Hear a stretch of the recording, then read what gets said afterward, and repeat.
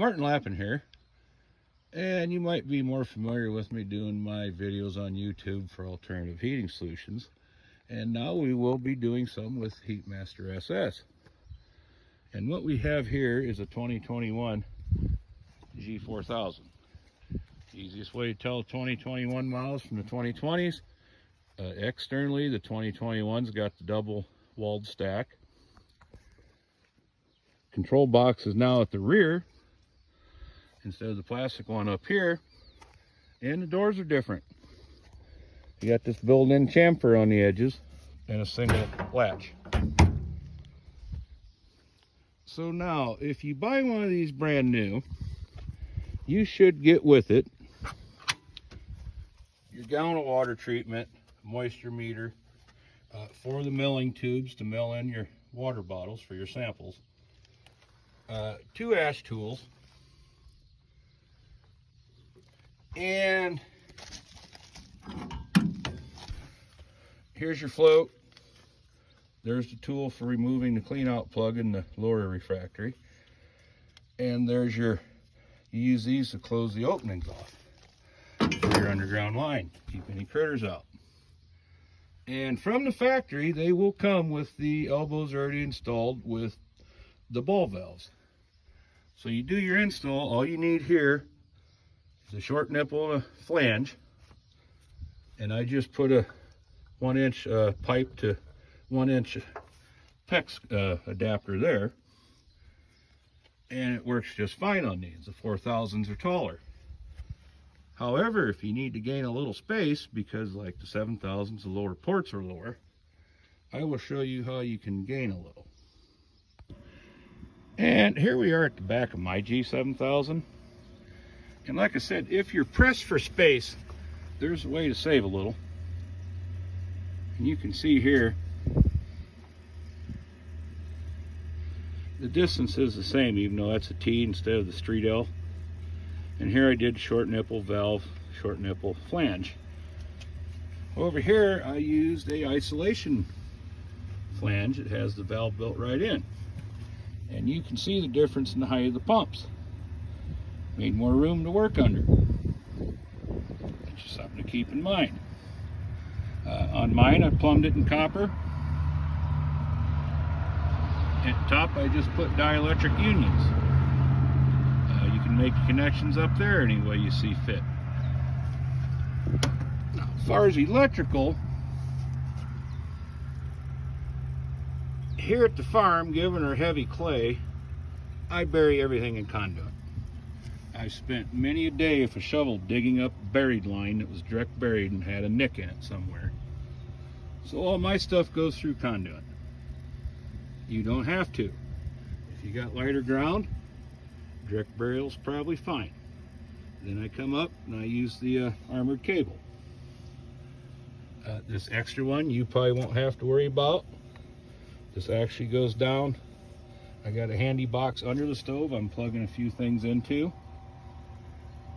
And what you're seeing here, this is just some remote monitoring. Those are the sensor cables. You don't need to do any of that. It's just something I'm doing on my own. It's not required on the stove. You don't need it on the stove. Same with these gauges. It's just a handy little thing to have take a glance at once in a while and see where your heat's actually going. Again, you don't need that. The stove comes from the factory already pre-programmed and ready to run. All you have to do is hook the electric up, get your lines hooked up, and fill it with water. And here, you can see I got all solid fittings.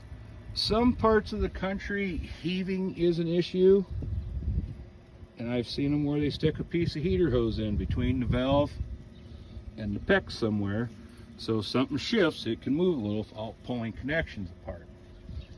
This will be wholly dependent on your location. It's never been a problem here. We got crane bends up. It's probably been there for 4 decades. The bend sits on one foundation and the fan sits on a completely different foundation, and they've never moved. One thing you might notice if you're observant is I did not use the factory knockouts. That line's going over to the G4000 I'll be lighting here shortly. But I had to change the holes. That's log store it's buried. It was buried when I still had my original boiler I built in 2001. And there was no way to use the original holes. Or I should say the factory holes. That, when I did it, I wanted to get it away from the edge of the cement a little bit, which putting that right up against the wall let me do it. Normally though, if it's a new install, just bury your pipe to match the factory knockouts. You save yourself quite a bit of grief. That bottom piece of metal is heavier than I thought it was going to be. It took quite a while for a 5-inch hole saw. And as far as underground line, anymore I will only install the foamed products. Like that's log store, which you can tell because they got their own special fittings, which I don't like. I prefer using the regular either 1-inch nominal PEX. You just slide, almost like a hose barb, slide it over it, crimp it. You can get that 1.25 inches too if you need more flow. Same thing, they just got a bigger fitting. Slide it over it, crimp it. And when I do this, the last ones I hook up are at the stove. When I do an install, just got a flat plate on the water heater, it gets flush valves, period. Well, you can fill it from the basement using them flush valves. Hook the garden hose up and back flush these lines. Well, you're leaving enough on, they're angled out, or even just slip an elbow in it and a nerve piece and back flush your lines. Make sure there's no crud in them or you didn't get dirt in them or whatever. Then I hook them up. And when I fill it, if you get up to halfway on the gauge, stop. Because when it goes from, most well water's 53 around here, when it heats up to 180, it will be right on full and you won't have water puking out the top of your stove.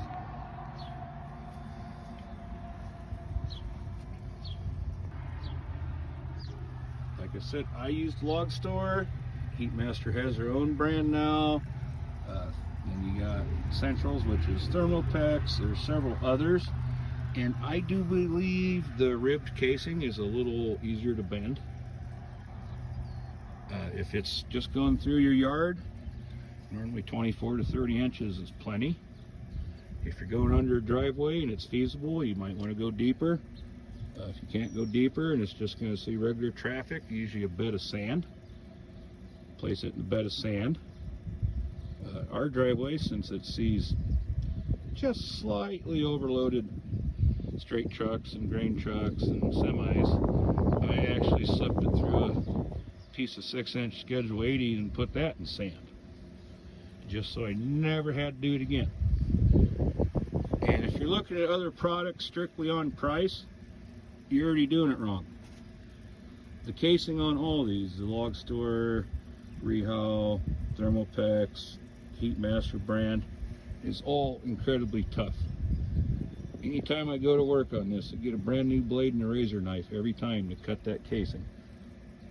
It's a little thicker than you think it is, and it's definitely a lot tougher.